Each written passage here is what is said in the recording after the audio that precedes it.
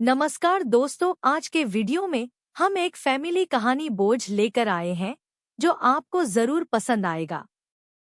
मैं हारा थका बेमन सा आज ऑफिस से घर आया ही था कि मेरी नज़र सामने किचन से आती मेरी पत्नी पर पड़ी।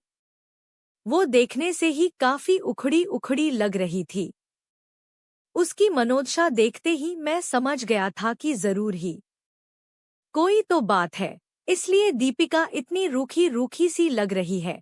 मैंने हाथ मुंह धोए हुए थे, इसलिए मैंने उससे तौलिया मांगा। उसने बिना कुछ बोले मुझे तौलिया ला कर दे दिया। मैंने उसे कंधे पर हाथ रखते हुए पूछा, दीपिका, क्या बात है, आज तुम कुछ उखड़ी उखड़ी सी लग रही हो? तो उसने मुझे खा जाने वाली नजरों से देखा और भड़कते हुए बोली, आपको क्या है?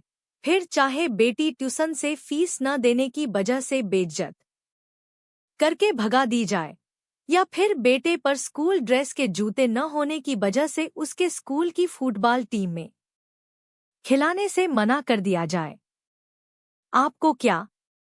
आपको तो बस सुबह 9 बजे जाने और शाम को 8 आने और फिर चद्दर तान के सो जाने के अलावा एक पल की भी चिंता नहीं है। और न मेरा कोई ख्याल, डॉक्टर ने पिछले महीने ही दवाई कराने को कहा था। नहीं तो मर्ज कभी भी अपने पैर जरूरत से ज्यादा पसार सकती है। कभी तुमने ध्यान से देखा है मेरे चेहरे की और ये झुर्रियां, बेउम्र पकते हुए बाल? जवानी में ही बुढ़िया बनती जा रही हूँ।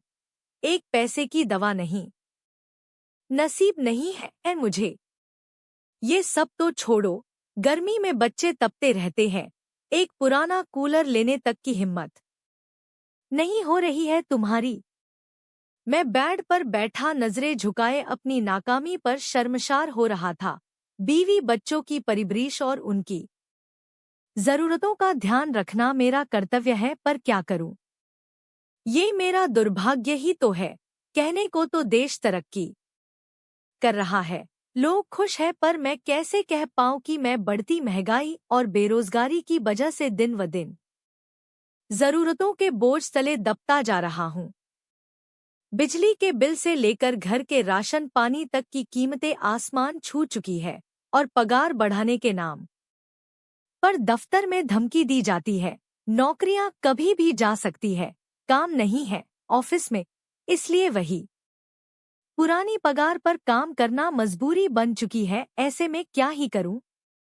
मैं बैठा बैठा अपनी परिस्थिति से दो चार हो ही रहा था कि घर की दरवाजे पर किसी के आने की दस्तक हुई। बच्चों ने गेट खोल कर देखा तो पिताजी थे। अपने दादाजी को देख के बच्चे तो खुशी से उछल गए, लेकिन मेरी सांसें तेज हो गई। पत्नी ने फिर से मेरी तरफ ऐसे देखा जैसे मानो वो कह रही हो, अपना पेट पालने के लिए तो अपनी आते और गुर्दे गिरवी रखने के दिन आ गए हैं। अब ऐसे में पिताजी अकस्मात आए हैं तो जरूर ही कोई आर्थिक समस्या को लेकर ही आए होंगे। मैंने भी नजरें चुराते हुए एक बार दीपिका की ओर देखा, पर कुछ कह पाने की स्थिति में नहीं था। इसलिए जल्दी से उठ के पिताजी के पास गया और नजरें चुराते हुए उनके चरण स्पर्श कर उन्हें बैठने को कहा। दीपिका ने भी उन्हें चरण वंदन किया और खाना खाने के लिए कहते हुए किचन में चली गई। अब मैं और भी अकेला महसूस कर रहा था। दीपिका तो मुंह छिपा के किचन में जा चुकी थी। मुझे डर था पापा कहीं पैसे की कोई बात न कर दे, इसलिए मैं जल्दी से जल्दी बच्चों को बुला के उनके पास किया और खुद वापस कमरे में चला गया।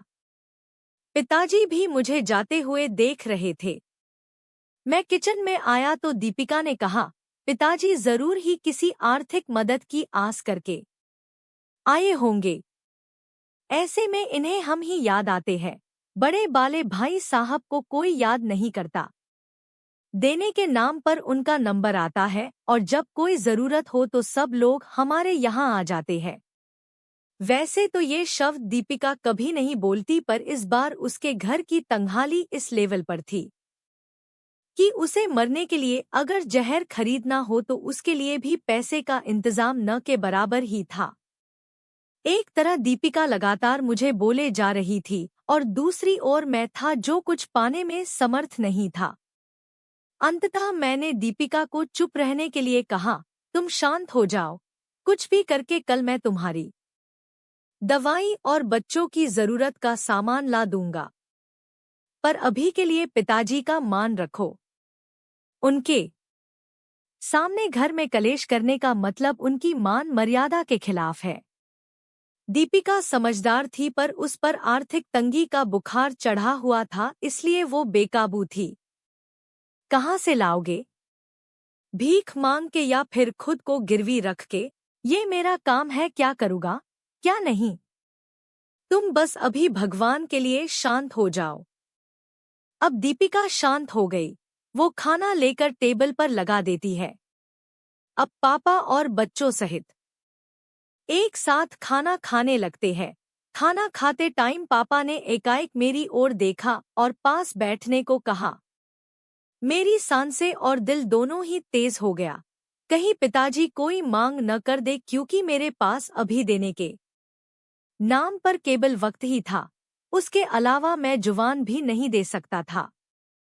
पिताजी बोले, देखो अभी काम जोर चल रहा है, खेती का काम बहुत है, इसलिए अभी की ही गाड़ी से वापस जाना पड़ेगा। मैं यहाँ रुक नहीं सकता हूँ। तुम्हारी माँ बहुत चिंता कर रही थी।